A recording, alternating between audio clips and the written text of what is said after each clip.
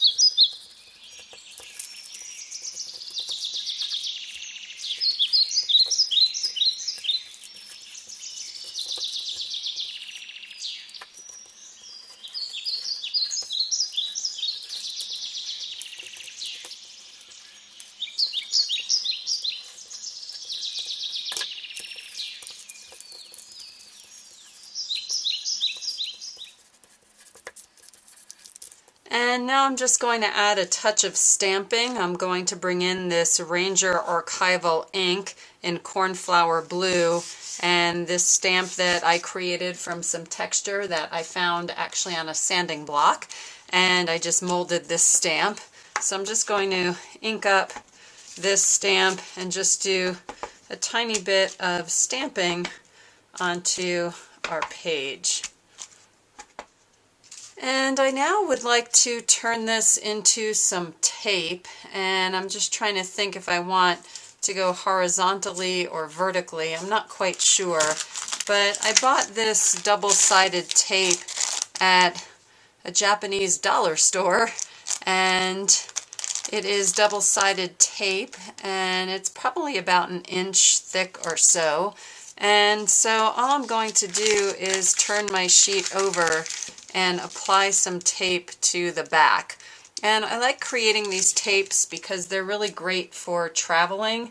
If you can't bring a lot of wet media but really have the desire to create, what's really nice is to bring some of these tapes just rolled up, so you can take your tapes and cut it into pieces, or actually create a little roll for yourself and then use it when you are on a trip and adhere it, and it's all dry, so things don't have to dry out.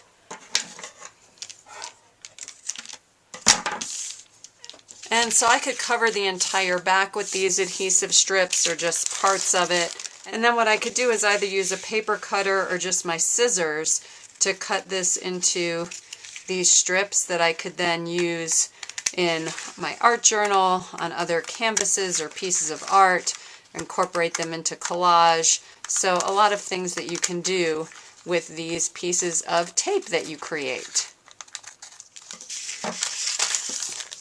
And again, I could leave it like this, or I could roll it and just use a little paper clip so that I could take it with me on a trip. So I've gone ahead and I've turned the entire sheet into these strips of tape that I can now incorporate into my art journal, onto canvases, or other pieces of art. I hope you've enjoyed this project, and I look forward to seeing you again very soon here in the craft room.